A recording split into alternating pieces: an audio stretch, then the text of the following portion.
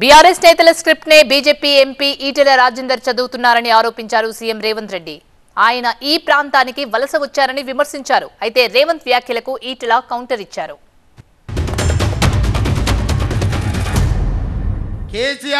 కేటీఆర్ హరీష్ రావు మొదటి రోజు మాట్లాడతారు, తెల్లారా జిరాక్స్ కాపీ తీసుకొని ఈటెల రాజేందర్ మాట్లాడతారు.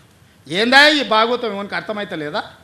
10 ఏళ్ళు వాళ్ళతో మంత్రుండి నువ్వేం వెలుగబెట్టినో తెలంగాణ సమాజం గమనిస్తలేదా? గౌరవం పెట్టుకోండి రాజేందర్ గారు. మీరు మిమ్మల్ని గౌరవించాలనే మేము అనుకుంటున్నాం, కానీ మీరు ఆ గౌరవం నిలబెట్టుకునే పరిస్థితి లేదు. మీరు పార్టీ మారినరు, వేరే పార్టీ ఎంపీ అయినరు, కానీ పాత వాసన మాత్రం మీకు పోతలేదు. ఆ గత్తర వాసన అట్లనే మీతో కొడుతుంది, గత్తు వాసన.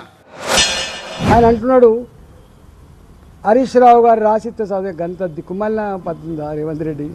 నీకైనా అవగాహన ఉందా? నీకైనా జ్ఞానం ఉందా?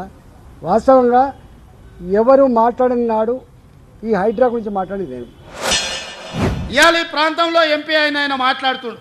ఇక ఆయన గురించి నేను ఎక్కువ మాట్లాడదలుచుకోలే, కానీ ఆయనకు బాధ్యత లేదా?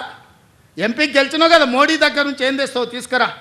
గుజరాత్లో అహ్మదాబాద్లో సబర్మతి రివర్ ఫ్రంట్ నరేంద్ర మోడీ కట్టుకోవచ్చు అంట, కానీ నరేంద్ర మోడీకి ఊడిగం చేస్తాడంటేనే కానీ మూసీ రివర్ ఫ్రంట్ మాత్రం తెలంగాణలో కట్టొద్దంట.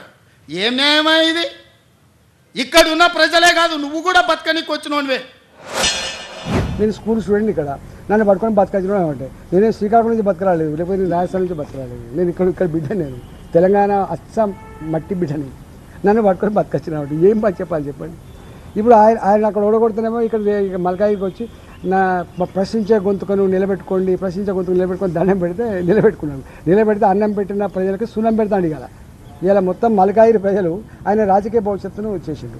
పెట్టిన కర్మానికి ఇలా ఏం చేస్తున్నాడు, మొత్తం మల్కాయిలోనే తిరుగుతుంది అంతా.